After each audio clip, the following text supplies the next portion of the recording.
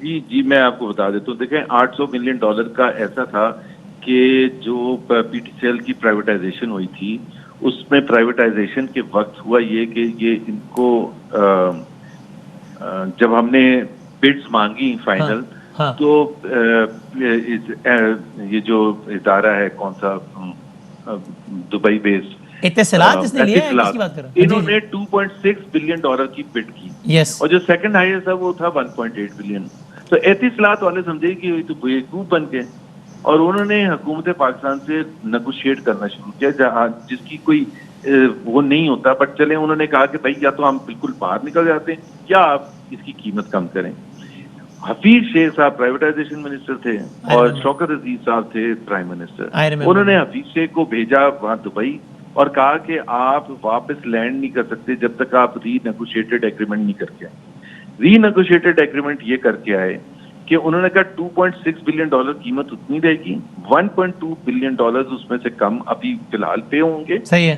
اور وہ منسلک کیے جائیں گے کیونکہ تقریباً 3500 ایسے لوکیشنز ہیں پی ٹی سی ایل کے جو پی ٹی سی ایل کے کنٹرول میں یا تو نہیں ہے یا ان کے نام پر نہیں ہے. صحیح ہے لیگلی.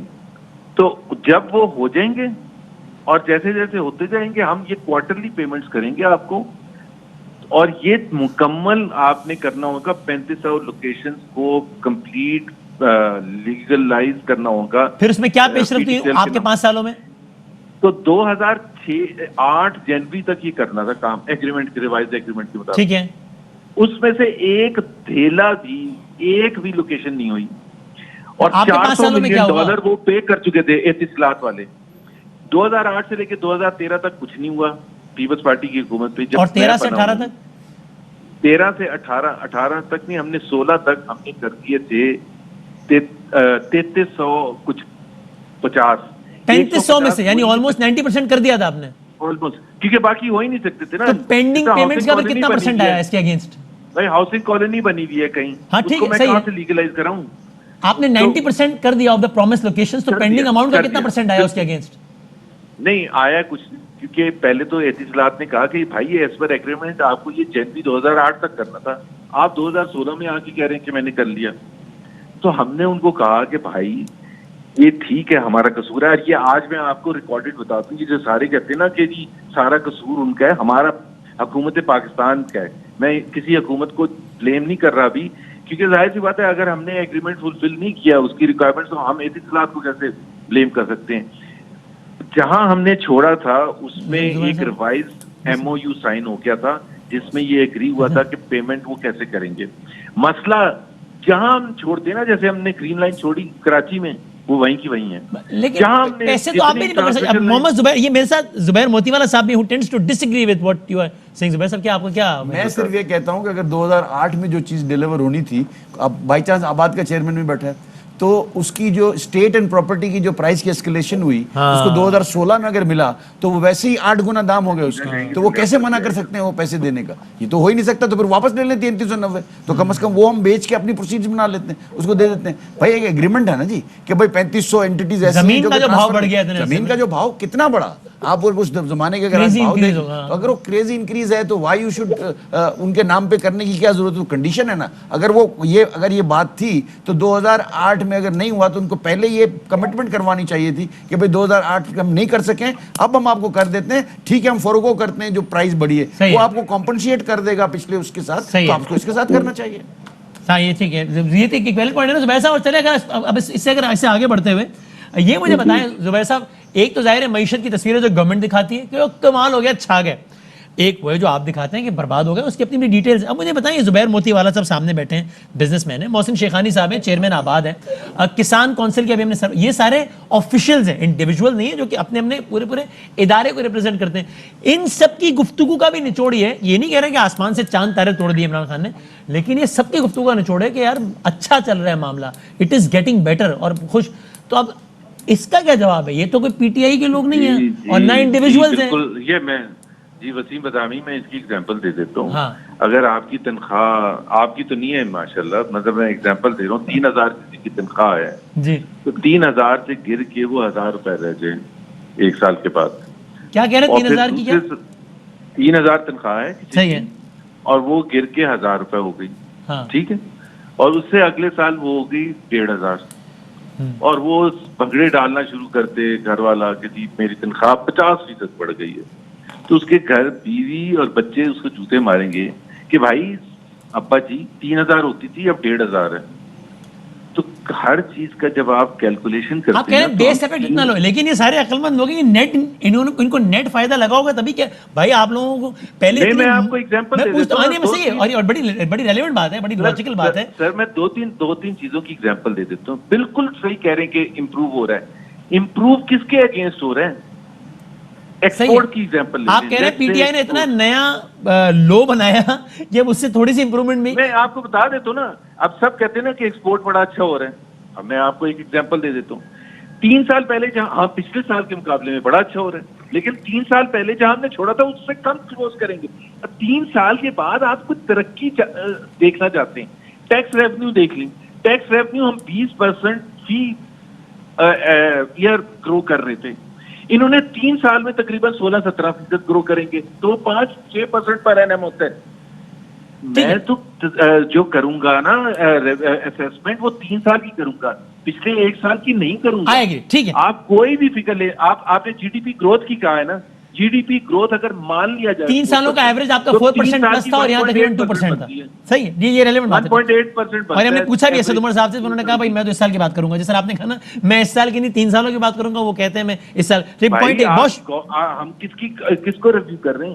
سوئٹزرلینڈ کی گورنمنٹ وہ کر رہے ہیں, عمران خان کی گورنمنٹ کو کر رہے ہیں. عمران خان کی گورنمنٹ کا 3 سال کا ہوگا نا, ہمارا 5 سال کا کیا جاتا ہے یا ایک کو بیچ میں پک کیا جاتا ہے؟ جب آپ کہتے ہیں کہ پورے ٹینیورز کا تقابل ہونا چاہیے. جب آپ یہ کہتے ہیں کہ لیکن وہ کہتے ہیں اپورڈ ٹرینڈ. ہاں وہ تو زبیر موتی والا صاحب کہہ رہے ہیں کہ اپورڈ ٹرینڈ ہے, وہ تو آپ بھی کہہ رہے ہیں ٹرینڈ ہے, لیکن وہ کہتے ہیں اتنا لو چلا گیا ہے کہ اس سے یو کانٹ, اس سے نیچے جا ہی نہیں سکتا. زیادہ نیچے.